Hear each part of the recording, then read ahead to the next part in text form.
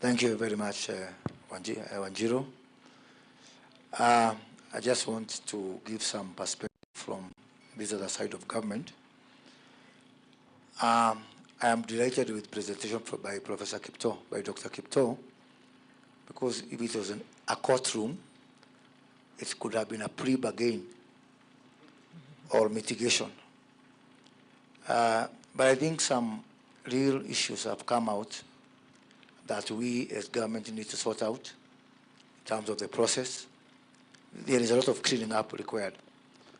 But on the good side, I want to report that going forward, the issue of absorption of development partner financing is now going, beginning from 1st of July, is going to be part of the performance contracting. So that as we measure the people, we'll also be measuring them in terms of how they are absorbing development partner program. Secondly, I think from the co-chair, the issue of counterpart funding, I think has been very clear that not all the time is it a requirement for program to proceed with counterpart funding. So again, there is need for the two sides to sit together and say, is the issue of counterpart funding becoming a bogeyman? Is it being blamed for everything? You know, so that even where it is other things that should be done, we are quick to say it is counterpart funding. So I think we need to be microscopic on this particular issue so that now we are able to say what is the real reason for this program not to proceed. Let me also say that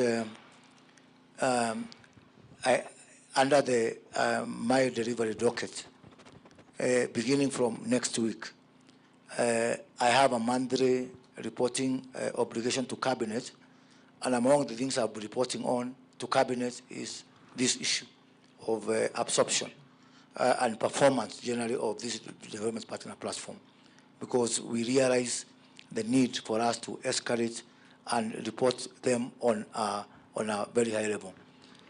May I finish by saying that the issue of mapping of the government side and the development partner part needs to be sharpened. We need to really ask ourselves which government ministry or department has got which program and who are the partner interested in that particular program. I think there's still some loose ends which I think the unit in the office of the Deputy President will work with the ministry to ensure that we become more sharper in the clustering and especially in the pairing and mapping of partners to departments. Thank you. Thank you, CS, for that. We have time for one more intervention from the floor. So I think we'll go to you. Yes? If you could please keep it brief. Yeah. Yes, good morning. My name is Henriette Geiger. I'm the European Union ambassador. First of all, thank you, Vice President Gachagua, for the kind invitation, and PS Kipto for the very good presentation. I want to start by fully endorsing what my US colleague just said on all 3 points. These are also points that are very valid for us, and they merit some further in-depth discussions in a working group format. Also on the figures and the tables presented by the PS, definitely we need to sit down on some of the figures to coordinate. I wanted to talk about streamlining of the process, because when we talk about absorption capacity, what Stephen said before, unblocking is what we do right now. We unblock one by one. And that is not the way we can work, because if I unblock my project, then the other projects are being blocked. So we unblock what is good for us and the rest after me the flood. And that cannot ever lead to 100% absorption. So we have to streamline the system so we do not need to unblock and intervene for things to go ahead. Regarding the co-financing, this is indeed a very critical issue as at this juncture of Kenya, and we all know why. But the EU is working with both grants and soft loans and concessional loans. So if there's no co-financing, we cannot do blending of grants and loans, leveraging much larger amounts. So in one way or another, we have to find a way around it. Otherwise, we can only work with grants, which will greatly limit the flows into Kenya. So this is also something that is not easy to resolve, but we have to resolve it. Thank you very much. Thank you so much, Ambassador. I think those were all very good interventions, and I'm hoping our colleagues were able to take those down. We are now, because we are pressed for time, I would say that in order to ensure the action-oriented spirit of the ambitions of His Excellency the Deputy President, Government of Kenya, and development partners, they've mutually agreed on a decision for this agenda item, and I think a lot of it has been reflected in the conversation here, that will allow us to take steps to address the challenges that have surfaced here related to the absorption capacities of both loans and grants. And so to briefly summarize, and some of this was alluded to by our presenters earlier, that development partners and government will together work to strengthen visibility and alignment of support to Kenya, particularly seeking solutions to render visible and better aligned partnership that is not in the form of direct budget support. And the DPF will mandate a small task force comprising representatives from the government and developing partners to work on identifying concrete recommendations, some of which, of course, were mentioned here, for how to address these key challenges related to absorption capacities. And the task force will report back at the next Development Partners Forum. Ladies and gentlemen, that concludes the agenda item on absorption capacities, and we will now move on to the strengthening resilience agenda item, which is our second agenda item for today. Again, following the DPF last November, it was agreed that partners would work jointly to identify recommendations for how to strengthen resilience to ensure that this is more coordinated, inclusive, and flexible, among other things. Specifically, 10 joint sector working groups under the coordination of the Office of the Deputy President were tasked to provide inputs to an integrated resilience framework that will help guide both the government and the development partners on how to strengthen our response and report back on this to the DPF membership. I would like now to introduce a very short 1-minute video on resilience produced by the Office of the Deputy President. In the recent past, heart-wrenching shocks have pierced the heart of Kenya. Irrespective of the challenges faced by adverse effects of climate change, geopolitical factors, political dynamics, and technological disruptions, the nation has stood strong but bruised. We cannot rule out future pandemics, accidents, droughts, floods, epidemics, cultural shifts, political instabilities, food insecurities, and other shocks and stressors that hit with little or no notice. So, we must come together in the face of adversity. We must build and strengthen resilience as individuals, households, organizations, communities, and as a nation. There is need for us to have mechanisms which will ensure better governance and coordination. The need and call to better responses, a harmonized approach, and refined adaptation will yield a prepared nation against disruptions, shocks, and stresses. A national resilience framework will therefore strengthen flexibility, adaptability, and better response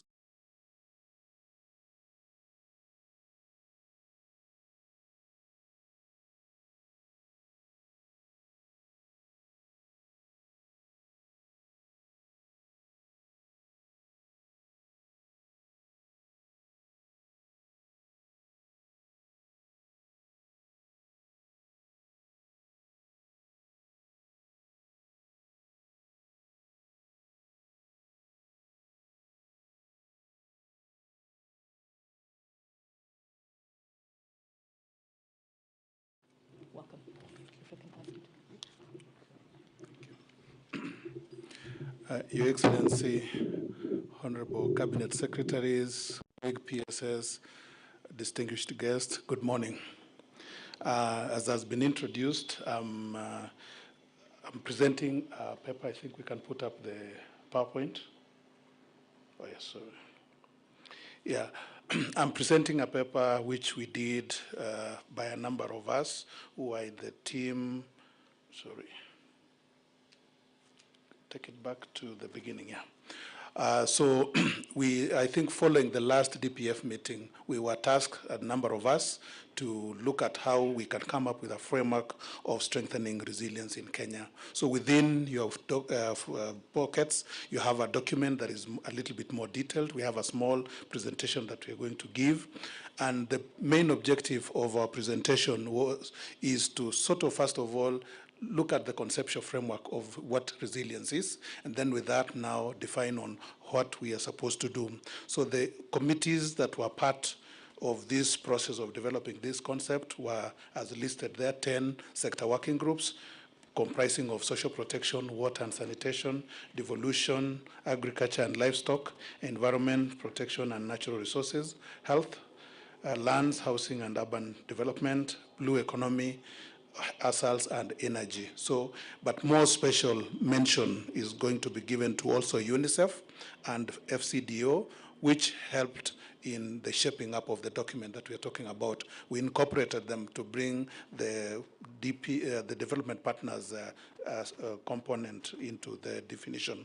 So what we did first was we defined what is resilience. And here we were looking at the entirety of it, the ability of individuals, households, communities, and government systems to adapt to, anticipate, withstand, and recover from shocks and stressors in a timely manner. And so in that definition, for the individual, we were looking at how an individual can adjust to new conditions, how an individual can be mentally capable to manage and express emotions constructively so that we can address whatever shocks that come our way. Also improve on the optimism of the individuals, as well as also the social support that they give to each other, ability to solve problems, and also economic sufficiency. For the household was how the household can have multiple streams of income to help them mitigate on the financial risk that comes with the shocks that affect us. Savings, how do we impress savings so that they're able to also on their own solve some of the problems that they are faced with. Access to services, how households can get reliable health care, education, and social services.